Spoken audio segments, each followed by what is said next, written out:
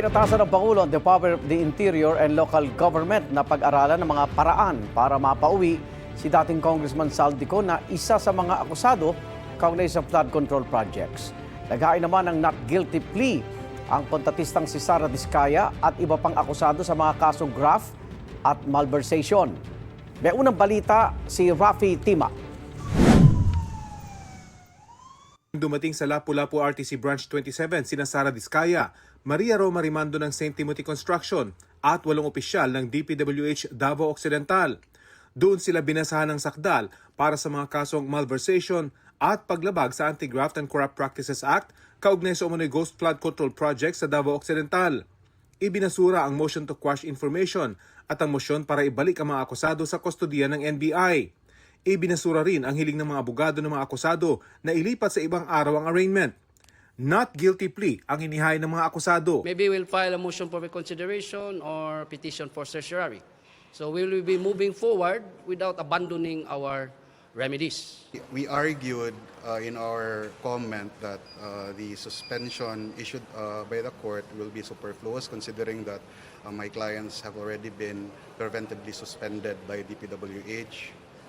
But anyway, the court has its own mind, so we will be, I think we are also going to question that part of the ruling in our motion for reconsideration. Hindi nagpaunlak ng panayam si Diskaya at kanyang mga abogado. Sa February 3 ang pre-trial ng kaso.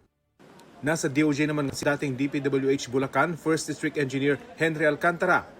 Ayon sa abogado niya, walang katotohanan ang mga lumabas na ulat na nag-recant o binawi niya ang kanyang mga pahayag sa mga pagdinig ng Senate Blue Ribbon Committee. Sa Sandigan Bayan, ibinasura naman ng 5th Division ang urgent motion for reconsideration ni dating Congressman Zaldico laban sa pagdeklara sa kanya bilang pugante at pagkakabasura ng kanyang passport. Sa pinakahuling impormasyon ng DILG, nasa Portugal si Ko at pinaniniwalaang meron siyang Portuguese passport. Ayon kay Interior Secretary John Vic Rimulya, nag-utos na si Pangulong Bongbong Marcos na pag-aralan ang mga paraan para maibalik si Ko sa bansa sa lalong madaling panahon. There is the Interpol, there is the United Nations, there are other agencies which we can pass through. So pinapag-aralan niya sa amin kung paano gagawin.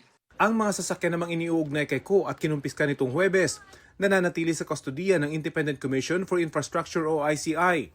Ayon kay ICI Special Advisor Rodolfo Azurin, kung mapapatunayang pag-aari ni Ko ang mga sasakyang nakapangalan sa ilang kumpanya, malaking tulong ito para mapalakas ang kaso laban sa dating kongresista. Ang titignan mo dyan, ano ba yung mga kontrata na nakuha ng company na yan? Di ba? And then, kailan na-acquire yung sasakyan?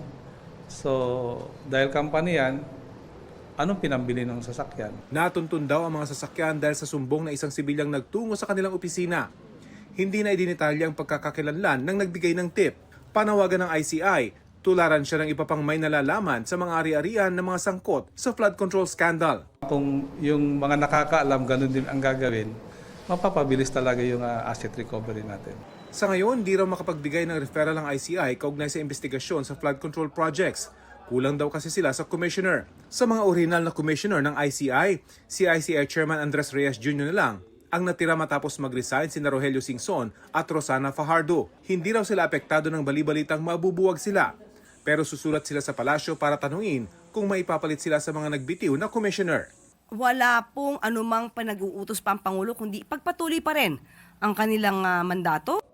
Ito ang unang balita. Rafi Tima para sa GMA Integrated News.